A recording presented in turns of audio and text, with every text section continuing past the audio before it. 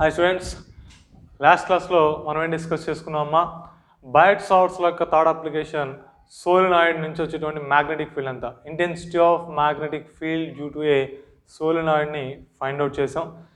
సరే, మనకి next topic ఏంటంటే హాల్ ఎఫెక్ట్. హాల్ ఎఫెక్ట్లోకి వెళ్ళే ముందు ఒక చిన్న రెండు డెఫినేషన్స్ గుర్తు చేసుకొని వెళ్దాం. మీకు ఆల్రెడీ తెలిసినవే. Force acting on a charge in an electric field is how much. Electric ఫీల్డ్లో ఛార్జ్ అనేది కనుక ఉన్నట్లయితే ఆ ఛార్జ్ మీద ఉండేటువంటి ఫోర్స్కి ఫార్ములా ఏంటి? Force on charge in a electric field. Electric ఫీల్డ్లో ఒక ఛార్జ్ అనేది మనం ప్లేస్ చేసినట్లయితే అక్కడ ఉండేటువంటి ఫోర్స్ ఎంత? మనం అందరికీ తెలుసు కూడా, intensity of electric field E is equal to force acting per unit charge placed at that point. మనం తీసుకున్నటువంటి పాయింట్ దగ్గర ఇంటెన్సిటీ ఆఫ్ ఎలక్ట్రిక్ ఫీల్డ్ అనేది ఎంత ఉంటుంది అంటే, మనం ఏదైనా ఒక ఛార్జ్ని తీసుకొచ్చి అక్కడ ప్లేస్ చేసినప్పుడు దాని మీద ఉండేటువంటి ఫోర్స్ ఎంతైతే ఉందో దానికి ఇంటెన్సిటీ ఆఫ్ ఎలక్ట్రిక్ ఫీల్డ్ అనేది సమానం అవుతుంది. E is equal to F by q. E bar is equal to F bar by q అని రాసుకున్నాం. ఆల్రెడీ ఇంట్రడక్షన్ చెప్పినప్పుడు చెప్పుకున్నాం. ఇప్పుడు ఇదే అడుగుతుంది, force on charge in an electric field. Electric ఫీల్డ్లో ఛార్జ్ మీద ఉండేటువంటి ఫోర్సు ఈ ఎఫ్ ఒక్కదాన్ని ఒకవైపు ఉంచండి, మిగిలిన ఒకవైపు తీసుకెళ్ళినప్పుడు ఏమవుతుంది? F bar is equal to Q into E bar అవుతుంది. ఎఫ్ బార్ ఈజ్ ఈక్వల్ ఎంత? Q into E bar. ఇదే విధంగా force acting on a charge due to magnetic field. Magnetic field వలన చార్జ్ మీద ఉండేటువంటి ఫోర్స్ ఎంత? ఛార్జ్ అనేది ఏ విధంగా ఉందో కూడా అక్కడ అకౌంట్ అనమ్మా. ఛార్జ్ అనేది రెస్ట్ పొజిషన్లో ఉన్నట్లయితే దాని మీద ఎటువంటి ఫోర్సు కూడా ఉండదు. ఒకవేళ ఛార్జ్ అనేది మూవ్ అవుతూ ఉన్నట్లయితే కంపల్సరీగా మ్యాగ్నెటిక్ ఫీల్డ్ వలన ఫోర్స్ అనేది వస్తుంది. అర్థమవుతుందో చెప్పేది? మనం ఒక మ్యాగ్నెటిక్ ఫీల్డ్ తీసుకొని ఆ మ్యాగ్నెటిక్ ఫీల్డ్లో ఒక ఛార్జ్ని కనుక రెస్ట్ పొజిషన్లో ప్లేస్ చేసినట్లయితే ఆ ఛార్జ్ మీద ఎటువంటి ఫోర్సు కూడా ఉండదు. ఒకవేళ ఛార్జ్ అనేది మూవ్ అవుతూ ఉందనుకోండి, అప్పుడు తప్పనిసరిగా మ్యాగ్నెటిక్ ఫీల్డ్ వలన ఛార్జ్ మీద ఫోర్స్ అనేది ఉంటుంది. ఎందుకని ఉంటుంది? ఫస్ట్ కేసులో లేదని చెప్పాము, రెండో కేసులో ఎందుకుంది? ఎందుకుంది అంటే, ఛార్జ్ అనేది మూవ్ అవుతూ ఉందంటే అక్కడ ఏమున్నట్టు? కరెంట్ ఉన్నట్టు. కరెంట్ అనేది ఉంది అంటే దాని చుట్టూ ఆటోమేటిక్గా ఏం క్రియేట్ అయ్యింది? Magnetic field. అంటే ఛార్జ్ అనేది రెస్ట్ పొజిషన్లో ఉన్నప్పుడు దాని చుట్టూ కేవలం ఎలక్ట్రిక్ ఫీల్డ్ మాత్రమే ఉంటుంది. బయట నుంచి మనం మ్యాగ్నెటిక్ ఫీల్డ్ అప్లై చేసినా అది ఎలక్ట్రిక్ ఫీల్డ్ కాబట్టి దాని మీద ఎటువంటి ఫోర్స్, ఆ రెండింటి మధ్యలో ఎటువంటి ఇంటరాక్షన్ అనేది ఉండదు. కాబట్టి ఆ ఛార్జ్ మీద ఫోర్స్ అనేది జీరో అవుతుంది. అదే ఒకవేళ ఛార్జ్ అనేది మూవ్ అవుతూ ఉన్నట్లయితే, ఛార్జ్ అనేది మూవ్ అవుతూ ఉన్నప్పుడు, ఛార్జ్ అనేది మూవ్ అవుతూ ఉంటే అప్పుడు దాని చుట్టూ కరెంట్ అనేది, దాంట్లో కరెంట్ అనేది పాస్ అవుతుంది. అప్పుడు కంపల్సరీగా దాని చుట్టూ మ్యాగ్నెటిక్ ఫీల్డ్ అనేది ఉంటుంది. ఇప్పుడు మనం ఒక మ్యాగ్నెటిక్ ఫీల్డ్ అప్లై చేసాం అనుకోండి, ఛార్జ్ మూవ్ అవడం వల్ల ఒక మ్యాగ్నెటిక్ ఫీల్డ్ వచ్చింది, మనం అప్లై చేసింది కూడా ఒక మ్యాగ్నెటిక్ ఫీల్డ్. ఈ రెండు మ్యాగ్నెటిక్ ఫీల్డ్స్ మధ్యలో ఏమవుతుంది? ఎంతో కొంత ఇంటరాక్షన్ అనేది ఉంటుంది. ఆ ఇంటరాక్షన్ వలన అక్కడ ఫోర్స్ అనేది డెవలప్ అవుతుంది. అంటే ఛార్జ్ అనేది మోషన్లో ఉన్నప్పుడు మ్యాగ్నెటిక్ ఫీల్డ్ వలన ఫోర్స్ అనేది వస్తుంది. ఇప్పుడు ఆ ఫోర్స్ ఎంత ఉంటుందో మనం కనుక్కోవాలి. Okay, force on a charge in an magnetic field.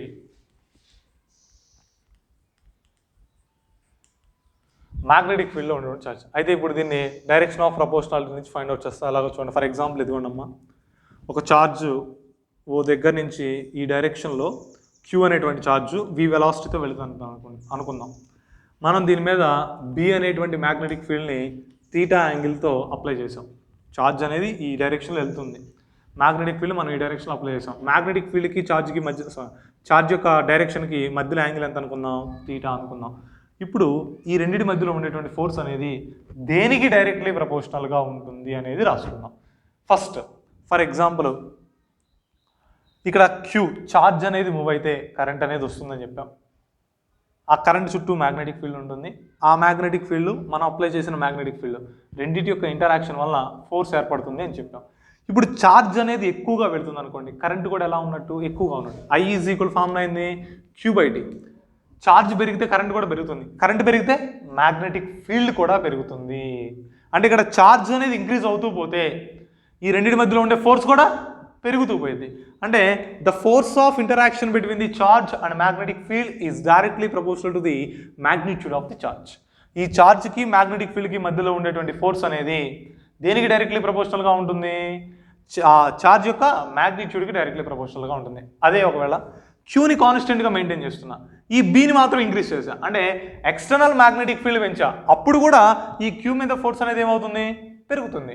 అంటే the force of interaction between the charge and magnetic field is also directly proportional to the intensity of magnetic field. ఈ రెండింటి మధ్యలో ఛార్జ్కి మ్యాగ్నెటిక్ ఫీల్డ్కి మధ్యలో ఉండేటువంటి ఫోర్స్ అనేది మనం అప్లై చేసిన మ్యాగ్నెటిక్ ఫీల్డ్ కూడా ఎంత ఉంటుంది అనే దాని మీద ఆధారపడి ఉంటుంది. అంటే F ప్రపోర్షనల్ టు B. మనం ఈ మ్యాగ్నెటిక్ ఫీల్డ్ పెంచాం అనుకోండి, ఈ రెండు మధ్యలో ఫోర్స్ పెరుగుతుంది, మ్యాగ్నెటిక్ ఫీల్డ్ తగ్గిస్తే రెండు మధ్యలో ఫోర్స్ అనేది తగ్గుతుంది. ఓకే, నెక్స్ట్ అదేవిధంగా ఇప్పుడు ఇది వెలాసిటీ. ఫర్ ఎగ్జాంపుల్ రెండు వెహికల్స్ పక్క పక్కన వెళ్తున్నాయి అనుకోండి, పక్క పక్కన వెళ్ళేటప్పుడు టచ్ అయినాయి ఒకదాన్ని ఒకటి, ఫాస్ట్గా వెళ్తున్నాయి రెండు వెహికల్స్, ఒకదాన్ని ఒకటి టచ్ అయింది పక్క పక్కన ఉన్నప్పుడు కొంత ఫోర్స్ ఏర్పడుతుంది, కొంత ఫోర్స్ ఒకదాని మీద ఒకటి యాక్ట్ అవుతుంది. ఆ యాక్ట్ అనేటువంటి ఫోర్స్ని F1 అనుకుంటున్నా. అదేవిధంగా ఇది first condition F1. Second condition ఏం చేద్దామంటే రెండు వెహికల్స్ కూడా పర్పెండిక్యులర్గా వస్తున్నాయి. ఇదిగోండి, ఫస్ట్ రెండు వెహికల్స్ కూడా సేమ్ డైరెక్షన్లో వెళ్తున్నప్పుడు ఒకదాన్ని ఒకటి టచ్ అయితే F1 అనేటువంటి ఫోర్సు ఏర్పడుతుంది అనుకుందాం. అదే రెండు వెహికల్స్ కూడా పర్పెండిక్యులర్ డైరెక్షన్లో వస్తున్నాయి, ఒకటి డైరెక్షన్లో వస్తుంది, ఒకటి డైరెక్షన్లో వస్తుంది. ఇప్పుడు ఈ రెండు ఒకదాన్ని ఒకటి టచ్ అయినా అంటే కొలీజన్ జరిగింది. ఫస్ట్ సిచ్యువేషన్లో కొలీజన్ అయినప్పుడు వచ్చినటువంటి ఫోర్స్ F1 అనుకుంటే సెకండ్ సిచ్యువేషన్లో వచ్చినటువంటి ఫోర్స్ F2 అనుకోండి. ఇప్పుడు ఈ రెండు సందర్భాల్లో ఫోర్స్ ఎప్పుడు ఎక్కువగా ఉంటుంది? పర్పెండిక్యులర్ డైరెక్షన్లో కొలీజన్ జరిగినప్పుడు ఫోర్స్ అనేది ఎక్కువగా ఉంటుంది. అంటే ఇక్కడ ఏం చెప్పుకోవచ్చు? డైరెక్షన్ బట్టి ఫోర్స్ అనేది ఆధారపడి ఉంటుంది. అంటే ఆ రెండు ఆబ్జెక్ట్స్ యొక్క మోషన్ బట్టి ఆ రెండు ఆబ్జెక్ట్స్ ఎటువైపు మూవ్ అవుతున్నాయి, ఆ రెండింటి మధ్యలో ఎంత యాంగిల్ ఉందో ఆ యాంగిల్ మీద కూడా ఏం ఆధారపడి ఉంటుంది? ఈ రెండింటి మధ్యలో ఉండేటువంటి ఫోర్స్ అనేది ఆధారపడి ఉంటుంది. కాబట్టి ఇక్కడ ఏం రాస్తామంటే F proportional to sine theta అని రాస్తాము. F proportional to sine theta. అదేవిధంగా ఇంకా దేని మీద ఆధారపడి ఉంటుంది అంటే ఇప్పుడు వెలాసిటీ పెరిగింది అనుకోండి, వెలాసిటీ పెరిగింది అంటే ఫోర్స్ అనేది పెరిగితే తగ్గిద్దా? తప్పనిసరిగా పెరుగుతుంది. ఎందుకు పెరుగుతుంది అంటే వెలాసిటీ అనేది పెరిగింది అంటే అది వెళ్ళటానికి తక్కువ టైం తీసుకుంటుందా, ఎక్కువ టైం తీసుకుంటుందా? తక్కువ టైం తీసుకుంటుంది. అంటే వెలాసిటీ అంటే ఏంటి? Distance travelling time. మనం తీసుకున్నటువంటి టైంలో ఎంత డిస్టెన్స్ వెళ్ళింది అనేది వెలాసిటీ. వెలాసిటీ పెరిగిందంటే అది తక్కువ టైంలో వెళ్తున్నట్టుగా, అంటే అది తీసుకునేటువంటి టైం కూడా ఏమైతే తగ్గిద్ది. టైం అనేది తగ్గితే కరెంట్ అనేది ఏమవుతుంది? పెరుగుతుంది. అంటే వెలాసిటీ పెరగటం వలన కరెంట్ అనేది పెరుగుతుంది. కరెంట్ అనేది పెరిగితే మ్యాగ్నెటిక్ ఫీల్డ్ కూడా పెరుగుతుంది. ఈ మ్యాగ్నెటిక్ ఫీల్డ్ పెరిగితే రెండింటి మధ్యలో ఉన్నటువంటి ఫోర్స్ కూడా పెరిగిద్ది. కాబట్టి F ప్రపోర్షనల్ టు V అని కూడా రాసుకోవచ్చు. ఇప్పుడు ఈ నాలుగింటిని కనుక మనం కంబైన్ చేసి రాసుకున్నట్లయితే F proportional to QVB sine theta అని రాస్తాం. F equal to some proportionality constant K అనుకుంటే ఆ Kని 1 కింద తీసుకున్నట్లయితే QVB సైన్ తీటా అవుతుంది. ఇది force of interaction between the moving charge and magnetic field. Move అవుతున్నటువంటి ఛార్జ్కి మ్యాగ్నెటిక్ ఫీల్డ్కి మధ్యలో ఉన్నటువంటి ఫోర్సు F ఈక్వల్ ఎంత? QVB sine theta. ఇప్పుడు ఈ QVB సైన్ తీటా అన్నాం. ఫోర్స్ అనేది వెక్టారా స్కేలారా? క్వాంటిటీ. కాబట్టి F బార్ అని రాస్తున్నాను. రైట్ సైడ్ Q అనేది మ్యాగ్నిట్యూడ్ కాబట్టి స్కేలార్ కాబట్టి Q అనే రాశాను. V వెలాసిటీ వెక్టారే. B ఏమేంటిది? అది కూడా B కూడా వెక్టారే, మ్యాగ్నెటిక్ ఫీల్డ్. పక్కనే ఉంది సైన్ తీటా ఉంది. సైన్ తీటా ఉంది కాబట్టి ప్రొడక్ట్ రాయాలి, క్రాస్ డాటా క్రాస్ ప్రొడక్ట్ రాయాలి. కాబట్టి Q into V bar cross B bar అని రాసుకుంటాం. అంటే F bar is equal to Q into V bar cross B bar. దీన్ని FM అనుకోండి, దీన్ని FE అనుకోండి. Force due to electric field, force due to magnetic field. Q into V bar cross B bar. అయితే direction ఉంటుంది కదా, direction ఎటు ఉంటుంది? ఏం చెప్పేప్పుడు కూడా అక్కడ ఏముంది? Cross product. మనం చెప్పాం క్రాస్ ప్రొడక్ట్ ఉన్నప్పుడు ఫస్ట్ వెక్టార్ డైరెక్షన్లో మన రైట్ హ్యాండ్ ప్లేస్ చేసి స్మాలర్ యాంగిల్ గుండా సెకండ్ వెక్టార్ వైపు మన ఫింగర్స్ని ఫోల్డ్ చేసినట్లయితే థంబ్ అనేది డైరెక్షన్ ఆఫ్ ది రిజల్ట్ అని తెలియజేస్తుంది. ఇప్పుడు V bar cross B bar అన్నాం. V డైరెక్షన్లో ఉంది, B పైకి ఉందంటే థంబ్ అనేది ఎటు వస్తుంది? పై వైపుకి వస్తుంది. అంటే ఫోర్స్ అనేది ఎటు ఉంటుంది? పైకి ఉంటుంది. ఈ ఫోర్స్ని మనం దేని ద్వారా చెప్పొచ్చు?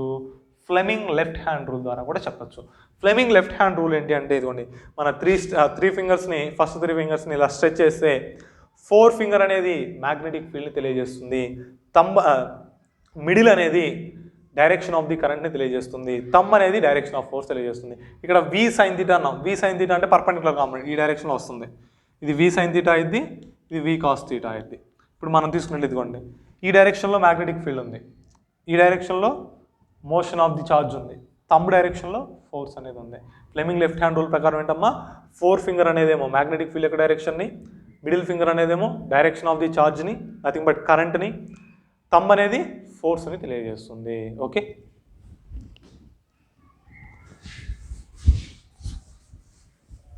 ఇప్పుడు మీకు వచ్చేది ఏంటంటే లోరెంజ్ ఫోర్స్ అంటాం.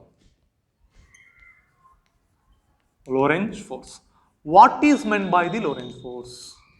Lorentz force is nothing but the force acting on a moving charge in electromagnetic field is known as Lorentz force. Electromagnetic ఫీల్డ్లో ఛార్జ్ అనేది మూవ్ అవుతూ ఉన్నట్లయితే దాని మీద ఉండేటువంటి ఫోర్సు ఏమంటాం? లోరెంజ్ ఫోర్స్ అంటాం. ఇప్పుడు ఈ ఫస్ట్ తీసుకున్నాం, ఎప్పుడు ఫోర్స్ ఇది? కేవలం ఎలక్ట్రిక్ ఫీల్డ్ మాత్రమే ఉన్నప్పుడు ఛార్జ్ మీద వచ్చేటువంటి force FE bar is equal to QE bar. అదేవిధంగా కేవలం మ్యాగ్నెటిక్ ఫీల్డ్ మాత్రమే ఉన్నప్పుడు ఛార్జ్ మీద ఉండేటువంటి force FM Q into V bar cross V bar. అదే ఒకవేళ రెండు ఎలక్ట్రిక్ ఫీల్డ్ కనుక ఉన్నట్లయితే అప్పుడు ఛార్జ్ మీద వచ్చేటువంటి ఫోర్స్ని ఏమని పిలుస్తాం? లోరెంజ్ ఫోర్స్ అంటాం.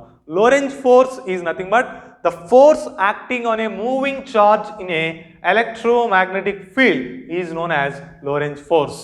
మనం తీసుకునేటువంటి ఎలక్ట్రోమాగ్నెటిక్ ఫీల్డ్లో కనుక ఒక ఛార్జ్ అనేది వెళుతూ ఉన్నట్లయితే అప్పుడు ఆ ఛార్జ్ మీద ఉండేటువంటి ఫోర్స్ని మనం దేని కింద తీసుకుంటాం? లోరెంజ్ ఫోర్స్ కింద తీసుకుంటాము. అయితే ఇప్పుడు ఈ లోరెంజ్ ఫోర్స్ ఏమని రాసుకోవచ్చు?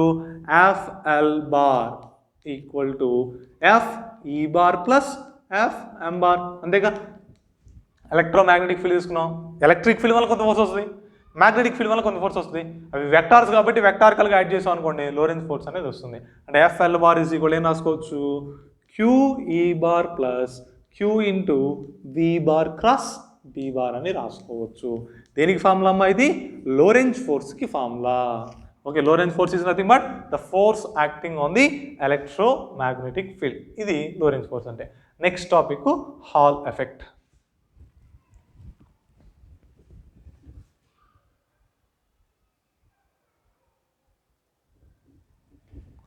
సరే, హాల్ ఎఫెక్ట్ అంటే ఏంటో చూద్దాం, తర్వాత దాని కోఎఫిషియెంట్స్ అవన్నీ కూడా ఎక్స్ప్లెయిన్ చేసుకుందాం. Hall effect is nothing but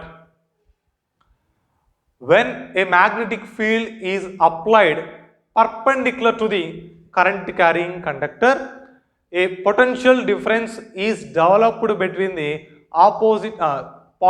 the points of an opposite sides. మనం తీసుకున్నటువంటి కండక్టర్లో కరెంట్ అనేది పాస్ అవుతూ ఉన్నట్లయితే దానికి పర్పెండిక్యులర్గా మనం మ్యాగ్నెటిక్ ఫీల్డ్ అప్లై చేస్తే ఆపోజిట్ సైడ్స్లో ఏమవుతుంది? పొటెన్షియల్ అనేది డెవలప్ అవుతుంది. దాన్ని ఏమంటాం మనం? హాల్ ఎఫెక్ట్ అని పిలుస్తాం. సరే, హాల్ ఎఫెక్ట్ అంటే ఏంటి? హాల్ ఎఫెక్ట్ యొక్క హాల్ కోఎఫిషియంట్ అంటాం. ఆ హాల్ కోఎఫిషియంట్ ఏంటి? హాల్ ఎఫెక్ట్ వలన వచ్చేటువంటి యూజెస్ ఏంటి అంటే applications of the hall effect, అంతవరకు డిస్కస్ చేద్దాం.